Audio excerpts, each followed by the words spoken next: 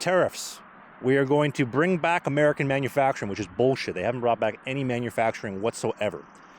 Tariffs are going to replace income tax. Ooh, yes, I'm overtaxed. I'd love for tariffs to replace the income tax. All a giant distraction. While they are rallying you behind American nationalism and sovereignty, we are going to fight the foreign invaders, the foreign corporations, the foreign countries that have been taking advantage of us, as we have been in a trade surplus for however long. We're now going to come back, make America great again, or so they say. What it's really doing with the tariffs, it is crushing these small and medium businesses because they are the ones paying the tariffs. So while you people are being galvanized and brainwashed behind American patriotism, Canadian patriotism, tariffs, we're going to go dollar for dollar, we're going to match the tariffs.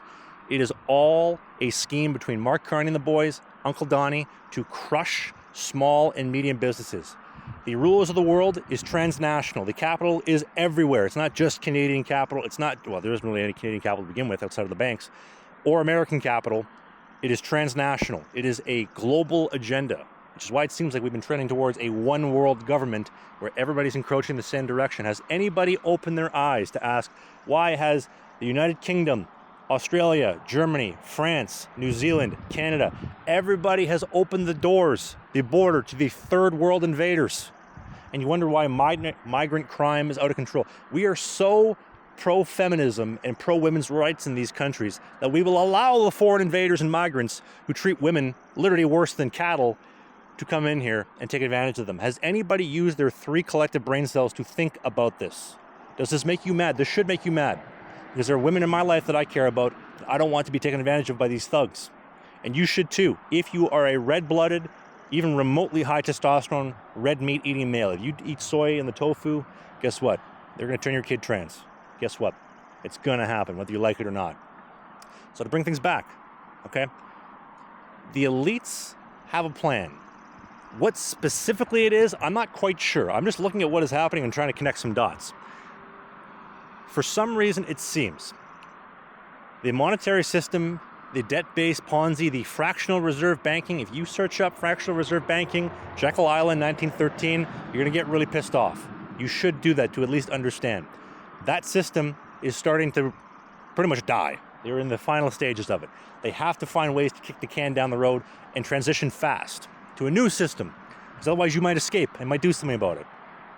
And so in the process of breaking this system, I believe they're trying to make you as poor as possible. The money printing is making the inflation out of control.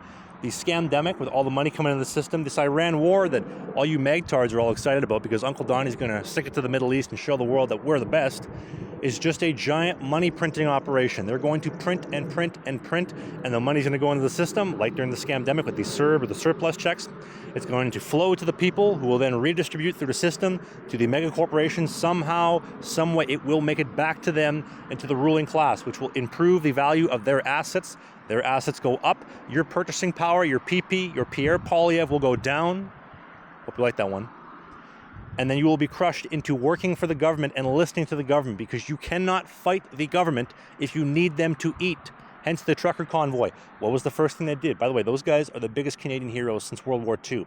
When they went down with their bouncy castles and hot chocolate and said, we'd like our country back, please. Enough of the imaginary scamdemic mandates.